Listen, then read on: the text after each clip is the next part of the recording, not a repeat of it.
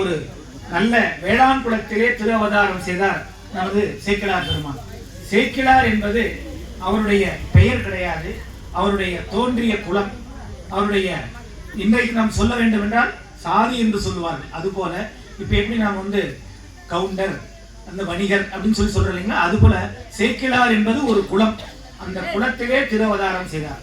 அருண்மொழித்தேவர் என்று பெயர் எடுத்தாலும் கூட அந்த சேக்கிழார் என்ற பெயரே அவருக்கு நிலைத்து நிற்கின்றது. அவர் சைவத்தில் மிகுந்த உரைப்புடையவர். பெருமானுடைய திருவடியை நாளும் வணங்கி திருக்குறளே துறை போக கற்றவர். அப்படி இருக்கக்கூடிய நாளில் அவருடைய தந்தையார் அங்கே அரசு பணியிலே இருக்கின்றார். அடுத்ததாக அங்கே இருக்கக்கூடிய மன்னன் அனவாய சோழன் ஒரு கேள்வியை இங்கே சபையிலே கேட்கின்றார். அது நீங்கள் எல்லாம் கேட்டதுதான். அதாவது இந்த உலகத்தில் மிகப்பெரியது எது? கடலை விட பெரியது எது? மலையை விட பெரியது எது? உலகத்தை விட பெரியது எது என்று 3 கேள்விகளை கேட்கின்றார். அப்பொழுது அதற்கு விடை பகர முடியாமல் இருக்கின்றார்கள். சேக்கிழார் பெருமான் அங்கே திருக்குறளிலே துறைபோக கற்ற காரணத்தினாலே அதற்கு விடை பகர்கின்றார். இந்த மலையை விட பெரியது எது? நிலையில் திரியாது அடங்கியான் தோற்றம் மலையினும் மான பெரிது. அதாவது திருவள்ளுவருடைய வாக்கிலிருந்தே அதற்கு பதிலை கூறுகின்றார். நிலையில் திரியாது அடங்கியான் தோற்றம் மலையினும் மான பெரிது. ஒருவர் தன்னுடைய நிலையிலே இருந்து உயர்ந்து நிற்கும் பொழுது அந்த நிலையிலே இருந்து நீங்காமல் அடங்கி இருக்கக்கூடியது மிகுந்த ஒரு பெரிய பண்பாகும். நமக்கெல்லாம் ஒரு வசதி வாய்ப்புகள், அடுத்து கொஞ்சம் பேரும் புகழும் வந்துச்சுனாக்க அது கட்டுப்படுத்த முடியாது. நமக்கு அந்த ஆணவ மனம் அதிகமாகிறது. அப்படி இருக்கும் பொழுது அதை வராமல் அடங்கி இருப்பதுதான் மலையை விட பெரியது என்று குறிப்பிடுகின்றார்கள். இதை நம்ம நிறைய அடியார்களிடத்தில் பார்த்திருப்போம்.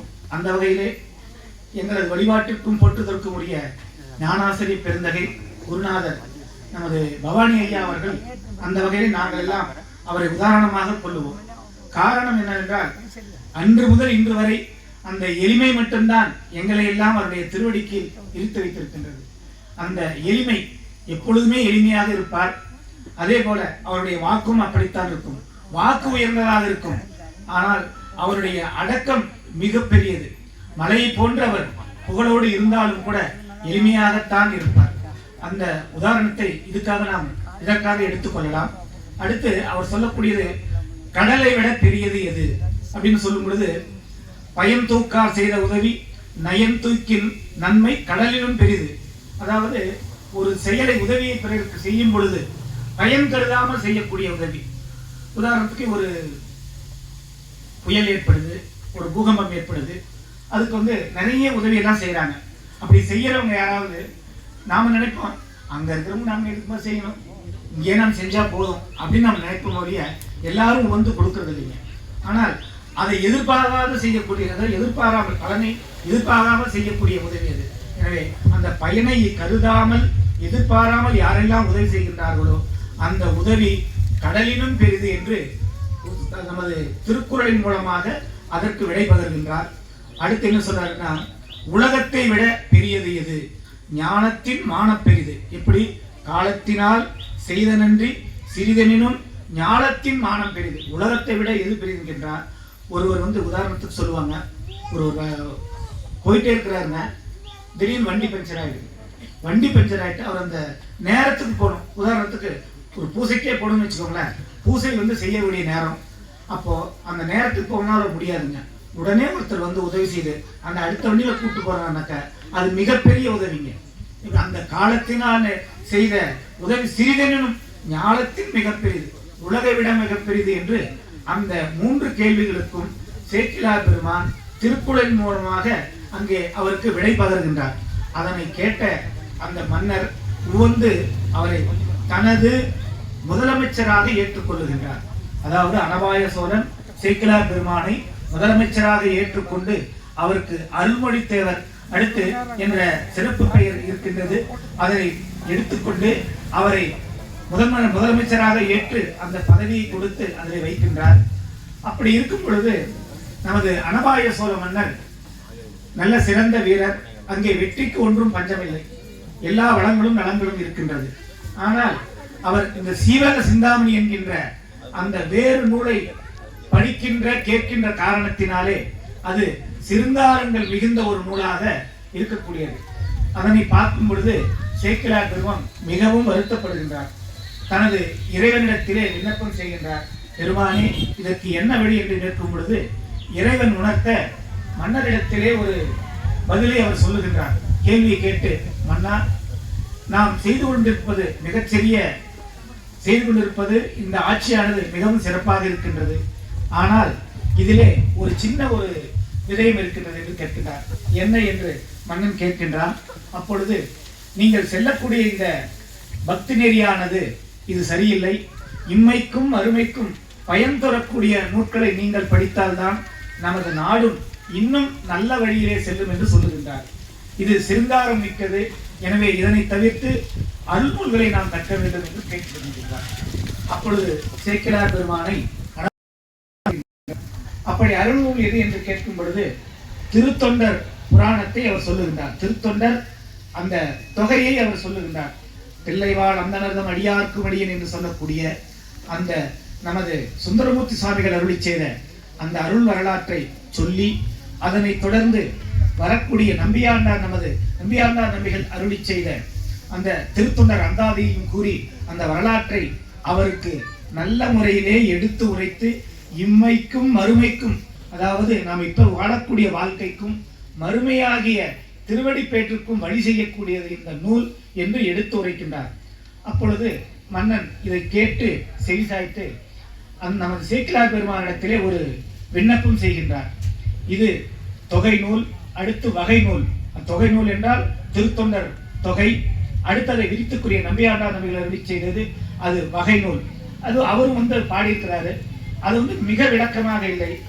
மக்கள் அனைவரும், பாமர மக்கள் அனைவரும் கற்பதற்குரிய ஒரு நல்ல, நீங்க இதை விரிநூலாக விரித்து தர வேண்டும் என்று விண்ணப்பம் செய்கின்றார். மன்னருடைய அந்த கட்டளையை அன்பு விண்ணப்பத்தை ஏற்றுக்கொள்ளுகின்றார். ஏற்றுக்கொண்டு அவருக்கு இவ்வளவு பெரிய பணி கிடைக்கும் என்று அவர் கருதவில்லை. ஆனால் இறைவன் அவருக்கு நல்கிவிட்டார். இங்கிருந்து தில்லைக்கு சென்றார். அவர் செல்லும் பொழுது முதல்ல ஒரு காரியத்தை பண்ணார்.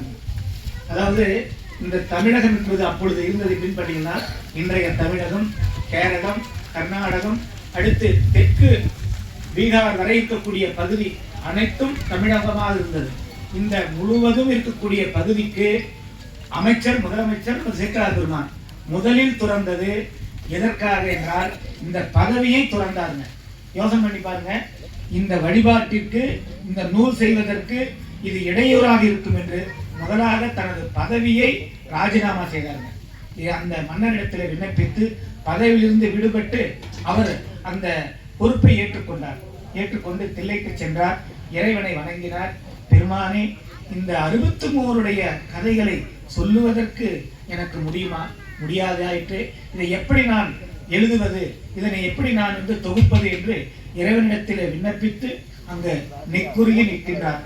அப்பொழுது இறைவனுடைய அந்த விண்ணப்பத்தை ஏற்று அவருக்கு உலகெல்லாம் என்கின்ற அந்த ஒரு மந்திரமாக இருக்கக்கூடிய ஒரு சொல்லை அந்த நூலுக்கு முதல் வார்த்தையாக எடுத்துக் கொடுக்கின்றார். உலகெல்லாம் உணர்ந்து ஓதற்கரியவன், நிலவுலாவிய நீர்மலி வேணியன், அழகில் சோதியன் அம்பலத்து ஆடுவான் என்று சொல்லக்கூடிய அந்த திருமந்திரத்தை முதலாக கொண்டு அந்த திருத்தொண்டர் தொகை நூலை விரித்து பெரிய புராணமாக நம சேக்கிழார் பெருமான் அங்கே விரித்து அருளி செய்கின்றார். இந்த உரைகள் ஒவ்வொன்றும் இறைவன் உணர்த்த அவர் அருளியது. ஒவ்வொரு இந்த 63 வரலாறும் இறைவன் உணர்த்த அருளியது. எனவே இது அவருடைய வாக்கல்ல, இறைவனுடைய வாக்கு என்று நாம் கருத வேண்டும். உலகெல்லாம் என்று தொடங்கி உலகெல்லாம் என்று நிறைவு செய்து அங்கே கைலாயத்திலே இருந்து தொடங்கிய அந்த வரலாறானது மீண்டும் கைலாயத்திலே நிறைவு செய்து இந்த திருத்தொண்டர் புராணத்தை நிறைவு செய்து அங்கே மன்னர்கள் புடைசூழ, அடியார் பெருமக்கள், அன்பு பெருமக்கள், ஞானிகள் சூழ அங்கே தில்லையிலே கொன்று அரங்கேற்றம் செய்வதற்கு எடுத்து செல்லுகின்றார் அந்த நூலை. அதை கேட்ட கேள்விப்பட்ட அந்த மக்களும் ஓலை போக்கி நமது மன்னர் அனபாய சோழர் அனைத்து நாடுகளுக்கும் ஓலை அனுப்பித்து இந்த கதையை அனைவரும் கேட்க வேண்டும் என்று விண்ணப்பித்து வர சொல்லுகின்றார். அங்கே வந்து நிற்கும் பொழுது அனைவரும் வந்து கூடியிருக்கின்றார்கள். முனிவர்கள், ஞானிகள், அடியார் மக்கள் கூடியிருக்கக்கூடிய அந்த நிலையிலே வானிலிருந்து ஒரு அசரீரி கேட்கதாக பிற்பாடு சொல்லியிருக்கக்கூடியவர்கள் சொல்லியிருக்கின்றார்கள். இறைவன் ஆணையின் மன்னன், இதை நீ கேட்பாயாக என்று அனைவரும் கேட்க நமது மன்னர் பெருமானுக்கு இந்த அசரீரி கேட்கின்றது. இதன் மூலமாகத்தான் அவர் அனைவருக்கும் ஓலை அனுப்பினார்.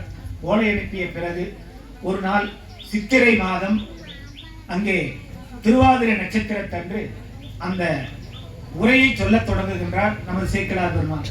நினைத்து பாருங்கள், சித்திரை மாதம் திருவாதிரை என்பது உயர்ந்த நட்சத்திரங்கள், சிவபெருமானுக்குரிய நட்சத்திரங்களில் ஒன்று. ஞானசம்பந்த பெருமான் ஞானப்பால் உண்ட நாளும், அடுத்து மற்றொரு அடியாருடைய நமது திருவடிப்பேட்டை அரங்கமாக குறிப்பிடுவார்கள். அவ்வளவு சிறப்பான அந்த நாளிலே தொடங்கி அடுத்ததாக ஓராண்டு 365 நாட்கள் தினமும் அந்த உரையை கூறி நாளும் வழிபாடு செய்து மகிழ்ந்தார்கள். அங்கே இருந்த ஞானிகளும் அங்கே இருந்த மக்களும் அடியார்களுக்கு பெருமக்களும் அதனை கேட்டு ஓர்ந்தார்கள். கடைசி அதே ஒரு ஆண்டு கழித்து அந்த திருவாதிரை, சித்திரை திருவாதிரை என்று நிறைவு செய்கின்றார்கள். நிறைவு செய்யும் பொழுது அந்த நிறைவின் பொழுது ஒரு ஞானியாக நின்றார் நமது சேக்கிழார் பெருமான். அவர் நிற்கும் பொழுது மன்னர் அவரை பணிந்து நின்றார்.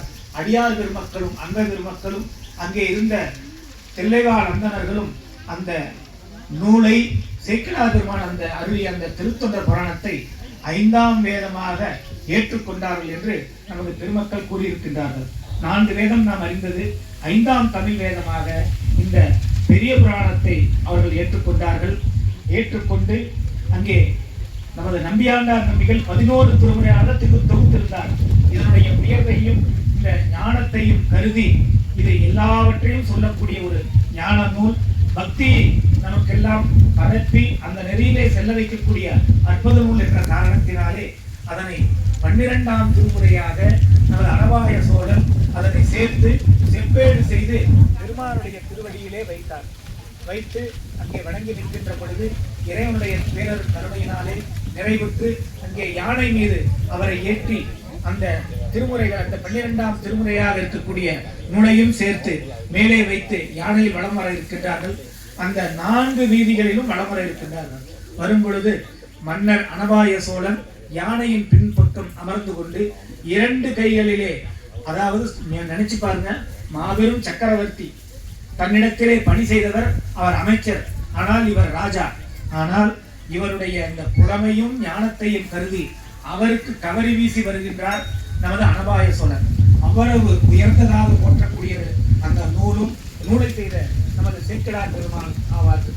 எனவே அவ்வாறு வந்த பெருமான் இந்த 4 வீதிகளிலும் வலம் வருகின்றார். அந்த வீதி என்பது எப்படிப்பட்டது என்றால் ஞானத்தை நல்கக்கூடியது. இன்றைக்கு கூட ஒரு வழக்கத்தை நமது சன்னிதானங்கள் பின்பற்றுகின்றார்கள். நம்ம சிதம்பரத்துக்கு போயிட்டோம்னா உலகத்திலேயே கடைசியாக நடக்கக்கூடிய அந்த அர்த்தசாம பூசை என்பது சிதம்பரம் என்று நமது ஆண்டோர்கள் சொல்லி இருக்கின்றார்கள். அப்போ எல்லா இடத்திலும் இருக்கக்கூடிய சிவாலயங்களில் இருக்கக்கூடிய இறைவனுடைய பேராற்றல் அந்த இரவிலே அந்த இடத்திலே கூடும் என்று நமக்கு அறிவுறுத்தியிருக்கின்றார்கள். அதனால்தான் இன்றைக்கும் ஞானிகளும் தவசிகளும் சன்னிதானங்களும் இரவு 11 மணிக்கு பிறகு அந்த வீதியை வலம் வருவார்கள். இன்றைக்கும் நிறைய அடியார் பெருமக்கள் சிதம்பரத்திலே அந்த வீதி வலம் வருதல் என்பது மிகச் சிறப்பாக நடைபெற்றுக் கொண்டிருக்கின்றது. எனவே அன்பு பெருமக்கள் இதை நாம் கருதி கொள்ள வேண்டும். எல்லா இடங்களிலே இருக்கக்கூடிய இறைவனுடைய ஆற்றலும் அந்த சிதம்பரத்திலே 11 மணிக்கிலிருந்து ஒன்று கூடியிருக்கும். அந்த இடத்திலே வீதி வலம் வருவது நமக்கு அனைத்து வகையான ஞானத்தையும் நல்குவது என்று நமது பெருமக்கள் குறிப்பிட்டிருக்கின்றார்கள். அதே போல அந்த 4 வீதியும் வலம் வந்து பெருமானிடத்திலே வந்து விண்ணப்பம் செய்து அரங்கேற்றத்தை முடித்தார்கள். அந்த சேக்கிழார் பெருமான் அருள் செய்த இந்த ஞான நூலானது நாம் ஒவ்வொருவரும் கேட்டு கடைபிடிக்க வேண்டிய நூலாகும். தொண்டர்களுடைய பெருமையை விரிவாக சொல்லக்கூடிய அந்த நூலை நாம் அனைவரும் கேட்டு மகிழ வேண்டும் என்று திருவடிகளை பணித்து கேட்டுக்கொண்டு இந்த வழிபாட்டை நிறைவு செய்கின்றோம். அனைவருக்கும் இங்கே உணவுக்கு நேரமாகிவிட்ட காரணத்தினாலே இத்துடன் இந்த வழிபாட்டை திருநிறைவு செய்கின்றோம். இந்த வழிபாட்டிலே கலந்து கொண்டிருக்கக்கூடிய அன்பர் பெருமக்கள், அடியார் பெருமக்கள், தாய்மாருடைய திருவடிகளை வணங்கி இந்த வழிபாட்டை ஏற்று போற்றுகின்ற திருக்கூட்டத்தார் செம்மையான முறையிலே, அதாவது ஒரு குரு பூஜை செய்யறது எவ்வளவு சிரமன்றதை நாங்கள்லாம் அனுபவிச்சிருக்கிறோம்.